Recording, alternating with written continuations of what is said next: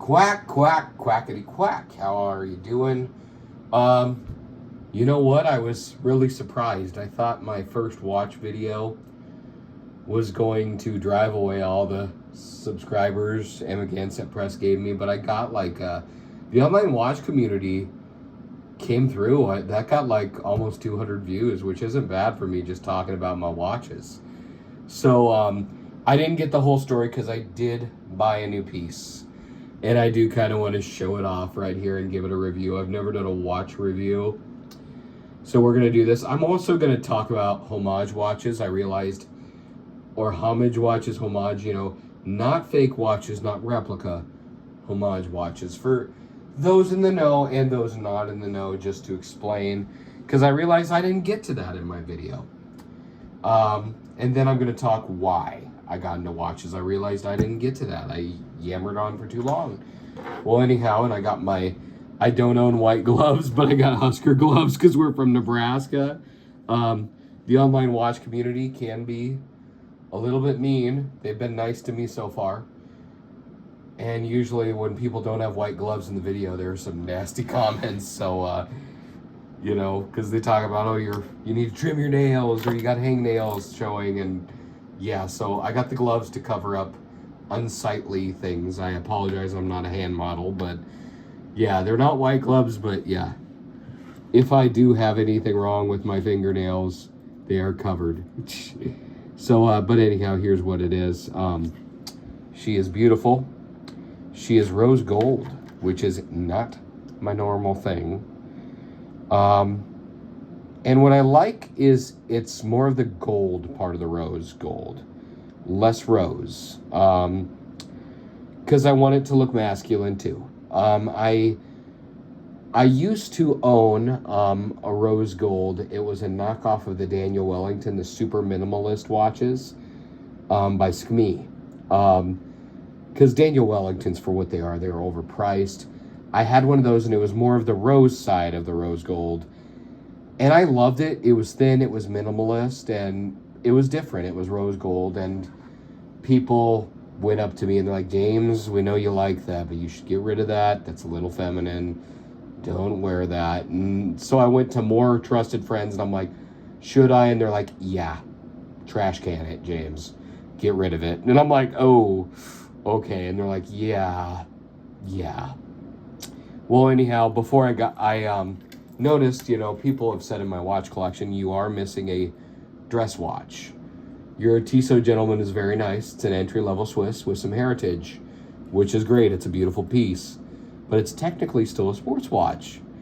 And a thin dress watch is something I'm missing. Now, I used to own one. It was a vintage 1945 Medina, it was 56, sorry. Vintage 1956 Medina Extensa Swiss watch that my grandpa used to own. It ran no kidding, it ran from 1956 to last year with no service. Yeah. And it stopped right before my ordination. So I took it to watch repairmen, and because it was so old, they didn't want to fix it. So I let it go. And also, it was a little small. Watch sizes were smaller back then. Now they're trending small again. I do think 37-38 works good on everybody, men and women.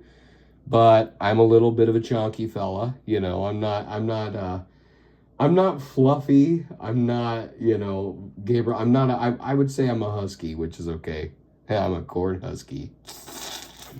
Corn husky. Yeah. But anyhow, I don't have a dress watch, and that was the closest thing because it was sentimental. It was from a grandpa. It was vintage, and it was small. And a dress watch is thin. A dress watch has no lume, no glow in the dark, because you're not going to really need it at night. You're going to be in a well-lit area, and it's a little bit more jewelry. It's dainty, and I don't like dainty watches. I told you I love divers. I do own a few pilot watches, but divers are my favorite. And it's the psychological thing. Well, this is by Pagani Design, a company that makes homage watches, which I'll get into. They make homage watches. So they're watches that are kind of a tribute. They kind of look like a more expensive name brand watch. Different than a fake. I will show you. I'll tell you why. This is a homage of, let me get my Rolex book right here that I got from the boutique in Las Vegas. I called them up and said, hey, I'm interested in an OP. Put me on the waiting list. And yeah, I didn't follow through on the wait list, but I said, and send me a catalog, and they did. So they believed my talk, which was cool. It is a copy. It's a homage to the Rolex Cellini 50515. It's almost 5150 backwards. Van Halen fan, but I did one thing different. I like to sometimes customize stuff. I thought it looked a little plain Jane, and I thought a Milanese mesh bracelet would look great on it. When I was sang with the Omaha Symphonic Chorus, I saw a violin player wearing a dress watch on a mesh, and I just thought, oof, that looks really smart. That looks really sophisticated. And I kind of wanted one. So if I ever went dress watch, I was going to do that. And also, it's a thick mesh. And here's where I talk about divers on this. Usually, there's very little water resistance in a dress watch. This is 200 meters, 20 bar. You could theoretically swim with this baby. You could scuba dive with it. And Pagani Design specs are usually pretty accurate. So this is legitimately waterproof, and I thought a thick mesh kind of like the James Bond No Time to Die watch. You know, it's a little callback. It shows a little bit that there's a little bit of diver DNA. So yeah, the Cellini by Rolex. Cellinis are more of Rolex trying to compete in the less hypey watches, more of the haute horology watches. So they're trying to compete with companies, I'm going to sound sophisticated here, so brace yourself, like Cartier and Jaeger-LeCoultre. You know, I love saying that. I sound like I know what I'm doing when I say that. But a lot of people, you know, like the new money buy Rolex. You know, Rolex isn't what it used to be. It's sad you can go into a Rolex boutique with the money and they still won't sell you one. They do kind of force scarcity.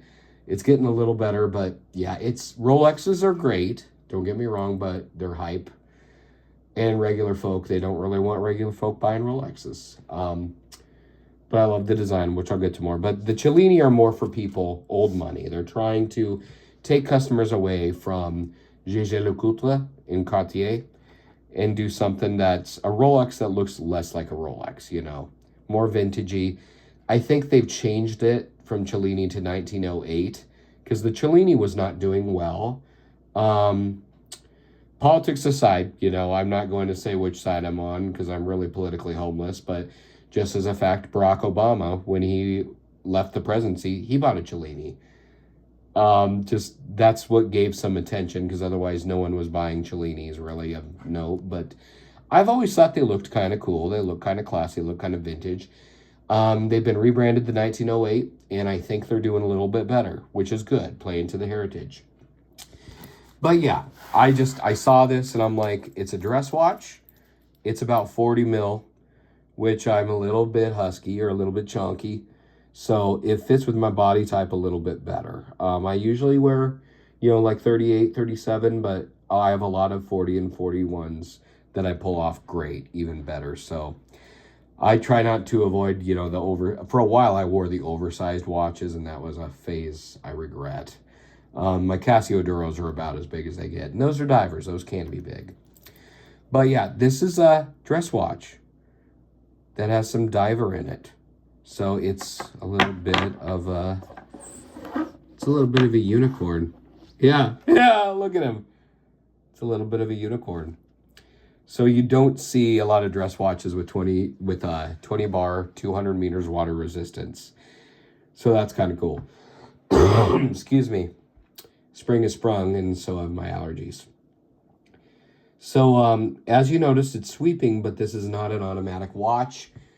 I do own a few automatic watches, which they're cool. They're powered by you winding it in your wrist. Excuse me. It's like you have a little Pokemon on your wrist that you have to take care of. But, you know, As I've gotten older, I don't mind quartz and the whole set it and forget it vibe. The romantic idea of you service a watch and take care of it is kind of dying out. I have, my Tissot has the Powermatic movement.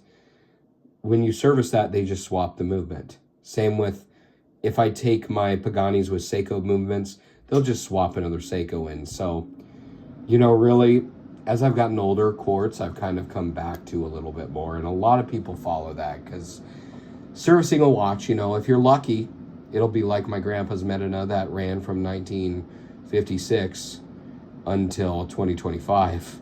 That's a long time to run without a service. If you're lucky, that'll happen. But otherwise, you're going to have to pay $100 for a movement swap. And with a quartz watch, I just have to change the battery in the back. And yeah, there's a jellyfish on the back. Totally out of place on a dress watch, but it has some diver DNA.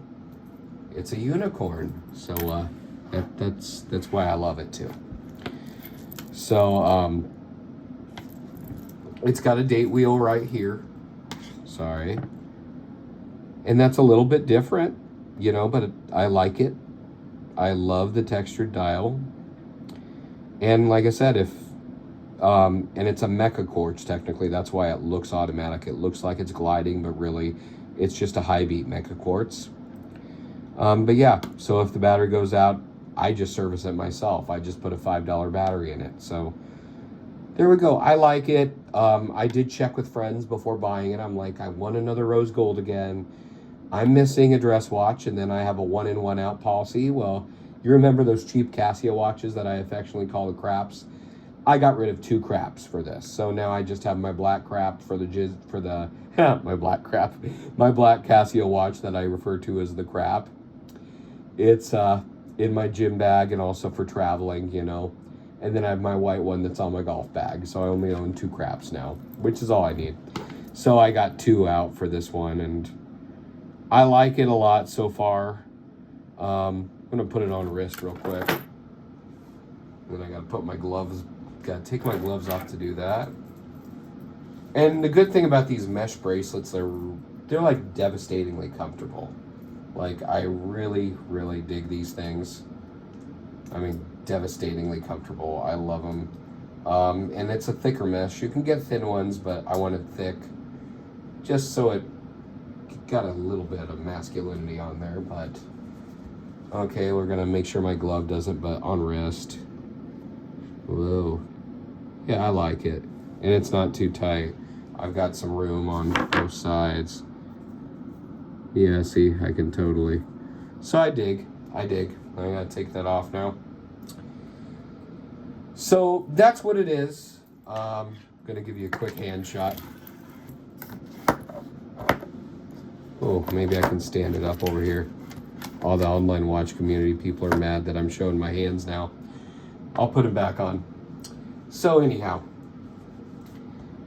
homage watches. Okay, here's the thing. Okay, fake watches and homage watches. Fake watches, also known as replica watches, are the ones you get at Canal Street in New York City. They're ones you buy on DHgate, Rep Time, whatever they are.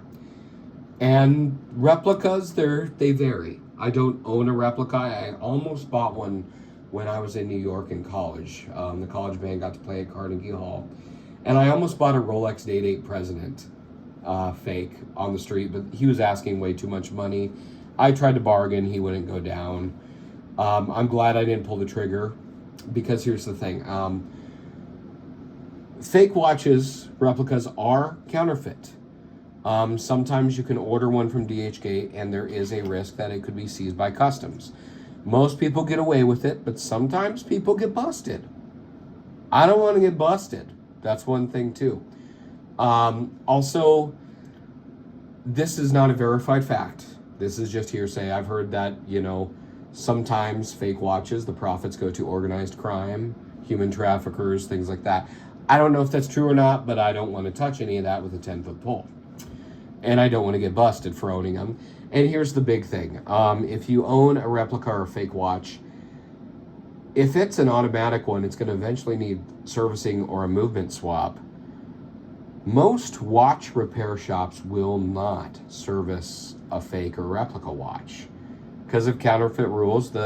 You're supposed to destroy it. And then also most of these fake watches that say Rolex on the dial, they claim to be Rolexes, but they're not. They're varying quality. Some are pretty darn good. It's scary. Some are pretty bad. They turn your wrist green. And then also, you don't always know what type of movement you're getting under the hood. So that's kind of under the hood. You don't know what type of movement you're getting. You don't know if it'll break in a couple weeks or it'll be reliable. When I was younger, I wanted a fake Rolex to flex and things, but I don't want to flex really anymore.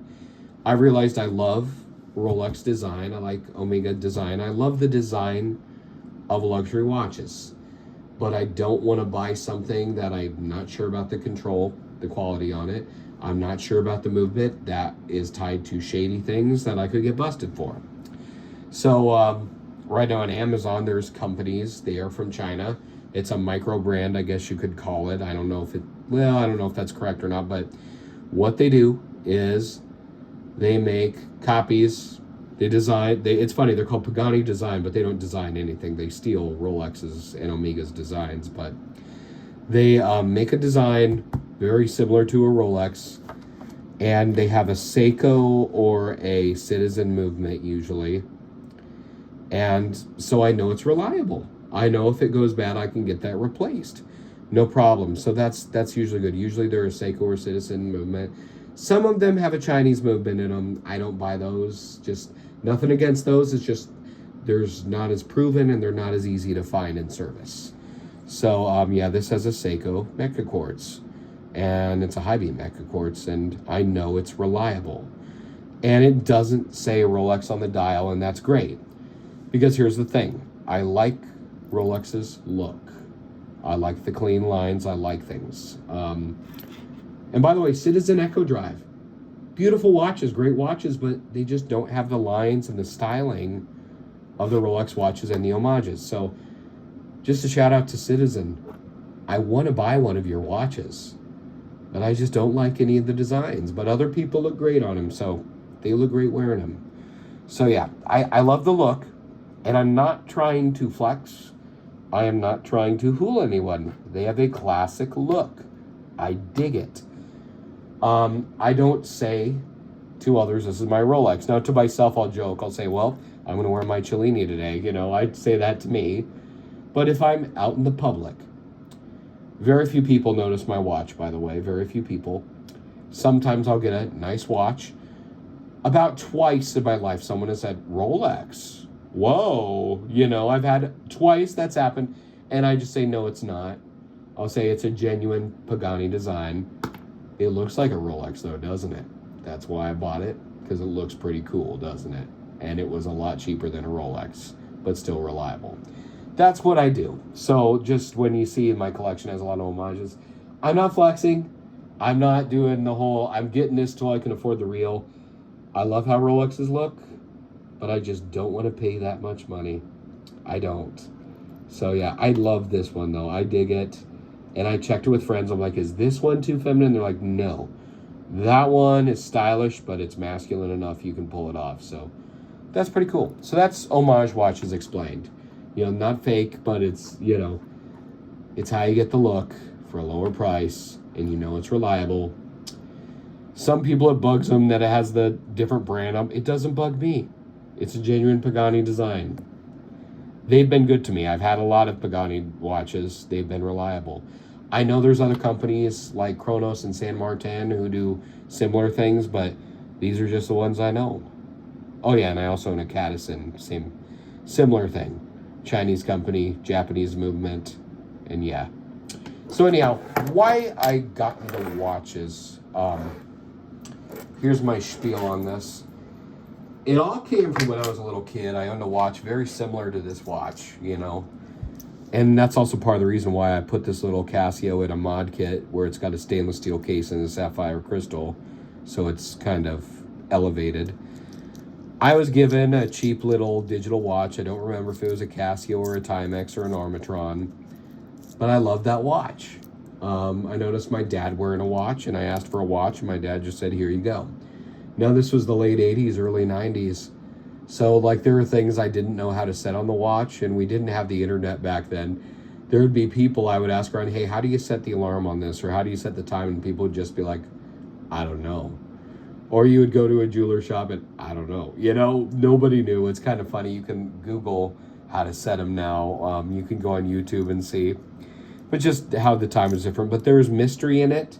And I would figure out different days how to set things on my own because there was no help. And I loved wearing this watch. This isn't the watch, but it's the same type of watch, you know, by the way. So when I refer to it, this watch, think of the original one, the OG, that this is a tribute to. I even got in trouble at school for kind of staring at it too much. Not because I wanted to know the time, but I just liked that I had a watch. Well, then one day, the watch face went blank, and I was really bummed because I loved wearing that watch because it made me feel grown up. It made me feel kind of like Dad. I liked that none of my other classmates had watches. That was kind of a cool thing. And it was shiny, you know, because it was a little Casio thing on the bracelet, you know. I loved that thing. And it just one day was blank, and I was really sad. I'd figured out how to set it. I developed a relationship with this watch. And my dad goes, oh, no, you're fine. It just needs serviced. And my dad wasn't as into watches as me, but he owned a few. He liked a couple watches. I have a picture of him where he's wearing a gold Gruen, which is I think the Gruen broke one day and he had to get rid of it. I wish that Gruen was still running because that would be a beautiful watch to own. But anyhow, he goes, oh, you just need a service. He takes me to, and this wasn't a mall jeweler's, this is an actual jeweler's.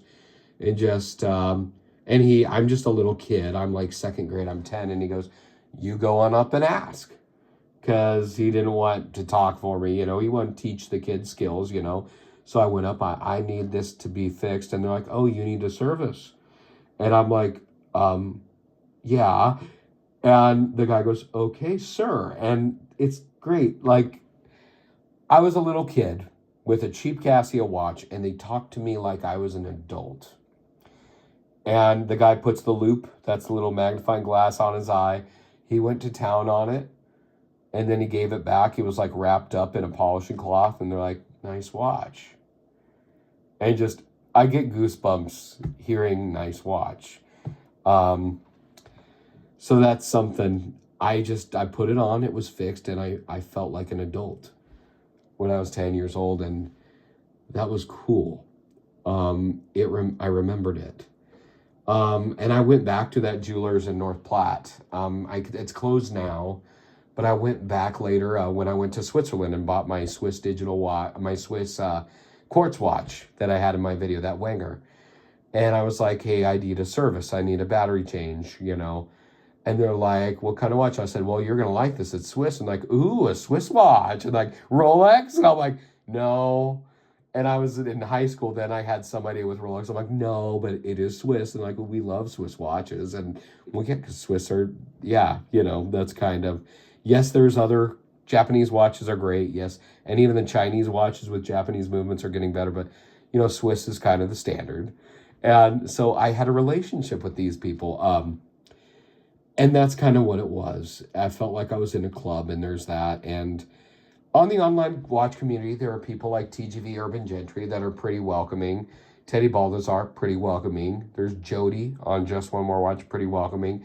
Archie Luxury is not, but he's hilarious. So I watched him too. But that's when I want to see the other side. I see that. But I've always liked it. Because here's the thing. I am an ordained deacon. And a lot of people say sometimes spirituality, you must be austere all the time. And yeah, there are people with more of a Franciscan spirituality, but I just kind of want to highlight someone that's very important to me. I'm a huge fan of Hildegard von Bingen's writings and her music and her visual art. I've been reading her books. My spiritual director is German, and he knows a lot about Hildegard. I've been reading. She was an artist. She was a musician. She was an abbess. She ran the convent of nuns. She was a writer. She was a prophet. She did everything. She was like A female Leonardo da Vinci, but better. And she didn't start writing music till 42, and I'm 42. And she had no formal training, and her stuff is gorgeous. So, yeah, I admit I have an odd platonic spiritual crush on Hildegard. Had I lived in medieval times, and had I not become a deacon, and had she not have become a nun, I would have probably fell madly in love with her, and I would have probably dated her, and I would have probably proposed, and we would have 15 kids. So I don't know, but I love Hildegard's stuff, and she's an amazing woman, fascinating. And the good thing is her writings and music is so numerous, you can never finish her. Which my spiritual director would say, "You will never finish Hildegard." You know, he says that in his German accent. So I like it. But what Hildegard said is you do got to still remember beauty. Yes, spirituality is good. Austerity, simplicity is good. But you need just a little bit of beauty. And that beauty doesn't have to be excessive. But yeah, this is rose gold. Not the most practical. Doesn't have any lume on the hands. It's beautiful. And that's okay. This thing and the story I have with it, it's also beautiful in a different way. It was beautiful to my 10-year-old wrist, my second grade wrist. So that's kind of why I do it. It's beauty. In society, I know men wearing jewelry is kind of a different thing. I used to wear right hand. I'm not married. I used to wear a ring on my right hand, and a lot of people gave me static for that. A lot of people are like, don't do that. It's too much. It's gross. But a watch, no one has a problem with a watch. And I do like that I get to wear one piece of jewelry with this. I get to have something beautiful. And when I'm looking at my wrist, I'm not just looking at the time. Sometimes I just want to admire, hey, this beautiful thing is on my wrist, and I want to look at it. Yep. So there you go. That's my story, and I am sticking to it. I'm hoping these allergies get better. We have summer shows for the Lucky Ducky Creek Band and Lucky Ducky Flying Solo coming down the road. So hope you can make it to some of them, or we'll try to put some highlights on YouTube if you can't. So anyhow, quack you later, and stay lucky, stay ducky.